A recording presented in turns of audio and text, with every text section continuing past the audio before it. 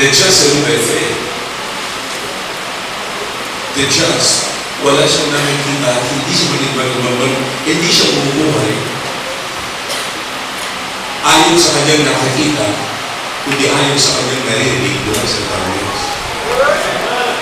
Now, when this guy here, when si John L. sabi niya, tinatanggap po ang Panginoon Kristo bilang sarili ng tagapagligtas, doon nagsisimula na siya mamumuhay sa pananampalataya.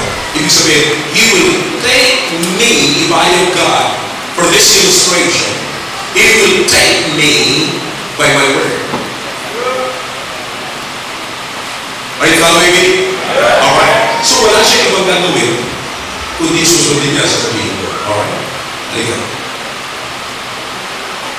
Nadalhin kita sa isang publikadong pamumuhay. Alright. Okay. Pwede kang makapag, pwede mong gamitin ang iyong kamay.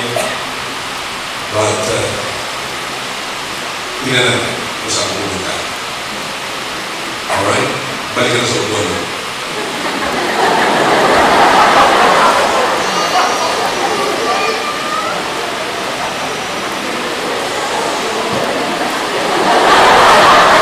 Sadali na. Ano man yung ba? Na he's trying to figure out. He is trying to figure out the kind of life that he wants to live. Ganun po naman dapat natin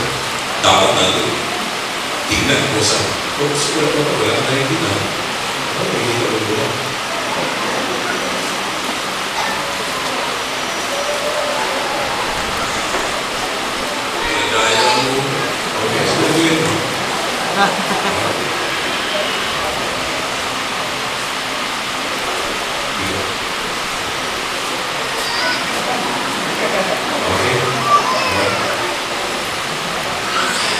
Balikan sa susunod.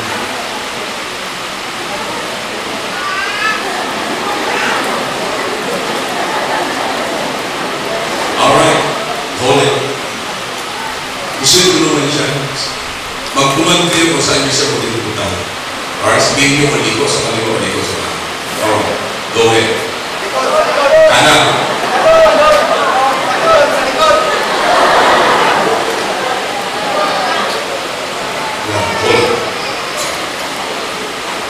Sila.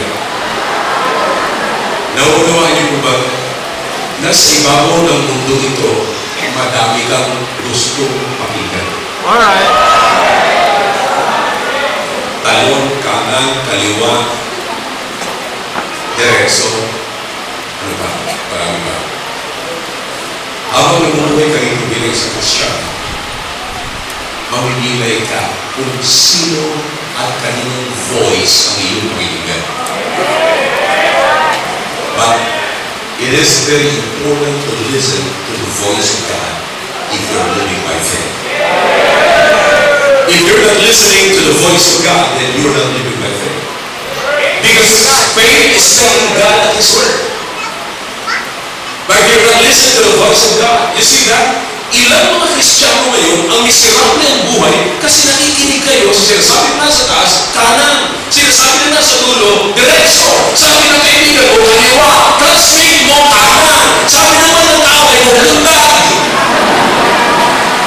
Nalito na sa kayo namin na papahamak mo na Kristiyano. Alright.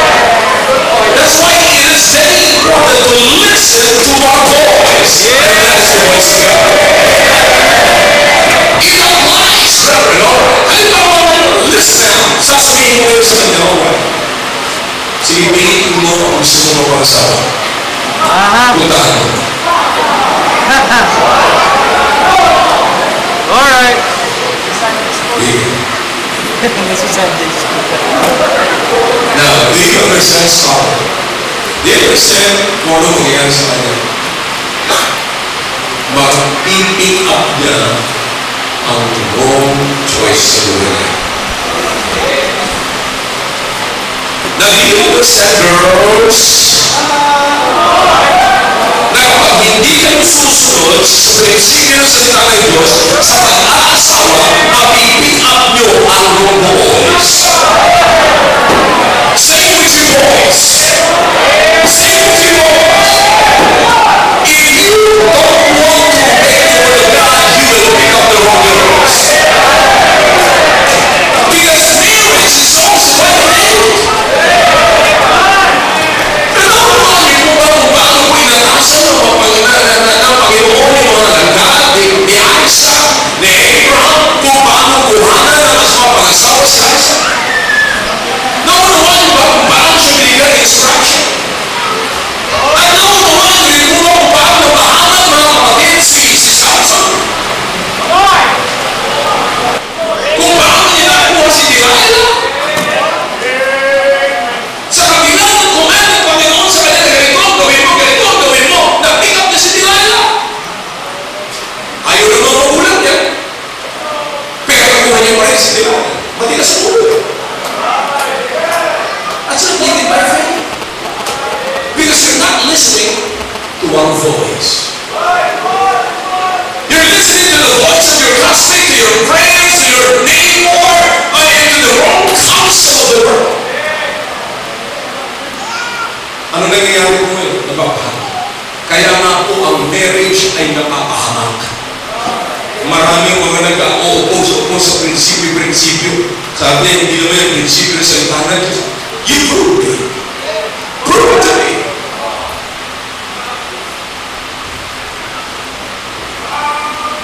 Kapatid, ang pag-aasawa ay hindi tsamba.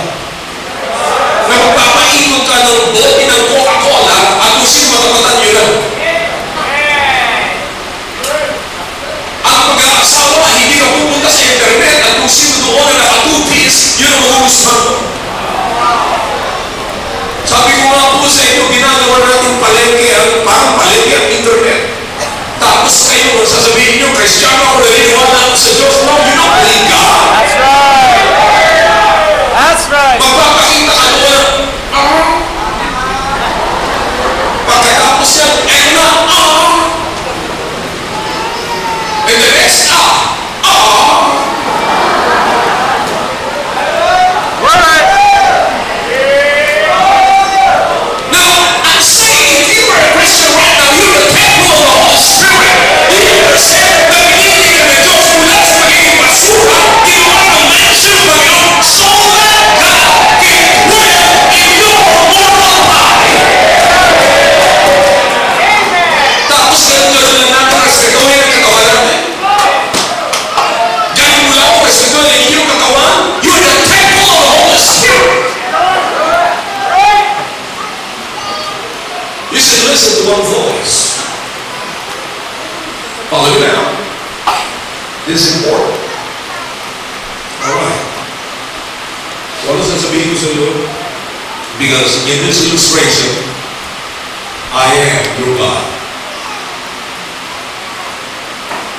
Alright? Liko ka sa, harap ka sa kaliwa. Kaliwa mo. Alright? Lakad. Dandahan lang. Lakad ng konti sa kaliwa ng konti. Kaya lakad. Dandahan lang. Kapag-kapahin mo ng konti. Kasi, dagang ka sa isang matinding pagsubok. Baba ka. Okay, baba ka. Dandahan. Harap ka. Sandali. Harap ka sa kanan. Yeah. Alright, kapahin mo. And then, dandahan, bumaba ka. Pababa ang buhay. Yeah. Alright. Huwag ka mag-alala, ibabalik kita sa kung saan ka nandoon. Alright. So, baba. Yeah. Alright. Yeah, baba. Yeah. Alright. Baba. Yeah. Alright. Kanan ka na konti. Konti kanan lang. So, sabi ko, konti lang eh. Pagpati ka sa ulo, hindi ko makarating sa gusto ko makantahan. My word is your only hope. My word is your only hope. Okay? My word is your only hope. Alright?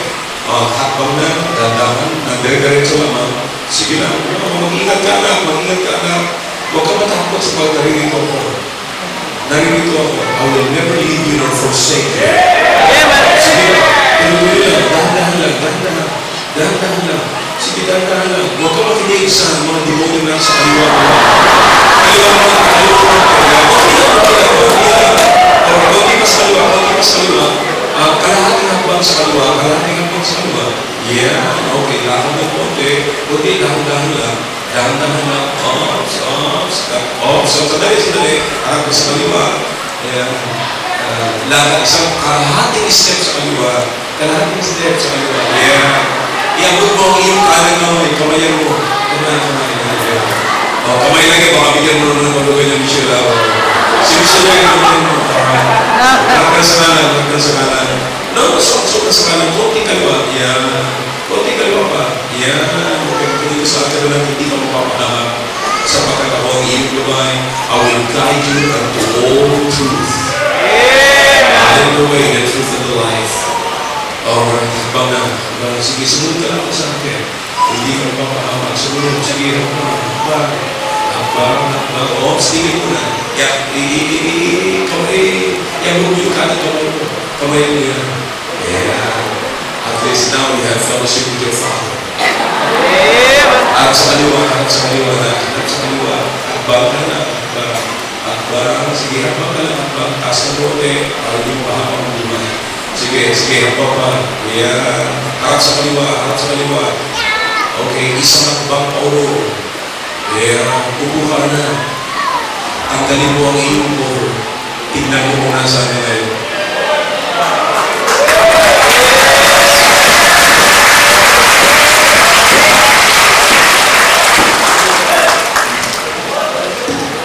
That is living by faith, brother. Ilan sa atin ang papahamak sapagkat maraming voice at Amen. And sometimes you don't trust the only voice that you trust. Hindi tayo nakikinig doon sa tamang boses na dapat po natin pakinggan. Kung sino-sino ang pinapakinggan natin hanggang sa pahamak at pagka napahamak na tayo sasabihin natin, may tayo nakikinig. Kung kailan may nangyari na sa buhay mo, sa the same thing. Sa lahat ng area mga kapatid, this applies. Sa lahat ng area, makikita po natin, sa business, sa marriage, sa family, you should only listen to one voice. And that is the voice of God. This is what the Bible says, brother, Hebrews chapter 11, verse 6. Without faith, it is impossible to please Him. For he that cometh to God must believe that He is. But if you will not listen to one voice, sabihin ko sa iyo, gaano man kagaling mo, gaano man kahusay, gaano man kasabi mo na, kaya ko! Yung dalawang na magkakasupan tayo. Tandaan niyo po mga kapatid, we're created by God. Gusto ng Diyos, nung tayo po mga kapatid ay niligtas ng Diyos. First of all, God save us. Second, God keeps us. Amen. It is through faith that we got saved. And by faith also, God keeps us. Paano mo tayo iingatan ng Panginoon? Sa pamagitan ng ating pananampalataya.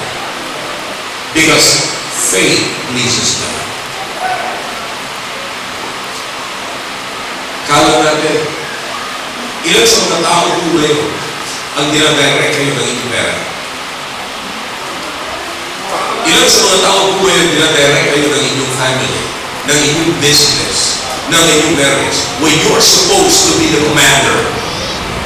Kaya nga po, no wonder, marami pa rin magkapunta sa church, gusto pa rin nila sila pa rin commander. No way. You should live by faith.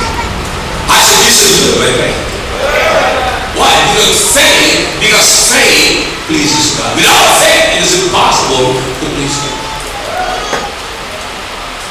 Anong klaseng buhay meron po tayo ngayon? Ang buhay mo kaya ngayon ay nakakatuwang sa Panginoon. Napapasaya mo kaya ang Panginoon sa buhay ng buhay. Kita niyo pa kayo mga kapatid. Kasi hindi mo natin talaga alam ang buhay mo natin. Hindi mo natin alam. Kaya salamat sa Panginoon. Kaya siya nanirahan sa atin upang inubayin tayo niya kasi hindi natin alam. At sapagkat hindi natin alam, aminin po natin na hindi natin alam. Kaya I must listen to the voice of God. And that's the only time that you can walk by faith and live by faith. Bago tayo magdulungan, mapapahama po ang buhay natin. Ilang mga kabataan dito ang mga nagdulungan na tingnan niyo ang nangyayari sa buhay. You think kaya nyo survive? You think kaya nyo mag-isa? You think sa maigay ng mga magulang nyo, hindi kayo maigay sa magulang nyo? Because you think kaya nyo? That's what happened. Hindi sa magulang nyo rin. Now you will listen. You're willing to listen now. Pagkatapos ng daming, sana kayo maigay. Pero bakit hindi ko tayo mabuhay bilang isang Kristiyan, mabuhay tayo by faith? It means, God, yes, let me know. God, tell me what to do. Sabihin ko saan ulitin ko, sa kaliwa, sa kanan, diretso, saan ko ako titigil. You are my commander. Brethren, the just should live by faith. Ano klaseng buhay? Subukan mo. Ang daming tumatakip sa mga tunay. Pera, karangyaan. Alam niyo kapag ang tao nagkaroon ng pera sa ibabaw ng lubang ito, my goodness, akala mo hindi na siya alis sa lubang ito. Oh yeah. Pag nagkaroon ng pera sa ibabaw ng lubang ito, akala mo bibili niya ng buong mundo. Listen na. When the Bible says that just a little faith, habang nandito po tayo sa ibabaw ng lubang ito, ang ating gagawin lang ay makinig sa salita ng Diyos na siyang nagdadirect na natin. That way, we can please God. We can honor God. And we're living a life that is a life honoring, glorifying God. How about you speak for? Maliwanag po sa mga bisita po namin ang kaligtasan na kay Kristo. You should take God at His Word. And when you take God at His Word, you will be saved by faith or through faith. Saved by grace through faith. Don't trust your Word. Ang kaya lang mo magbayad ng ransom mo ay walang iba kundi ang Panginoon sa Kristo. Wala na ibang pwede mo bayad. Ang gagawin ng mga kidnappers natin, kukuhanin yung mga mahal natin sa buhay. Salamat naman sa Panginoon. Nung kinuha ako ng aking kidnapper, mahal ako ng Panginoon sa Kristo, kaya tinubos ako ng aking nagmamahal sa akin. For God so loved the world. How the message is for? God knows the kind of life that you're living in right now. Yung mga klaseng buhay mo ngayon, sigurado mo mag-iblis mo Panginoon. Without faith, it is impossible to please Him. So we all stand. Father, we thank You for Your word.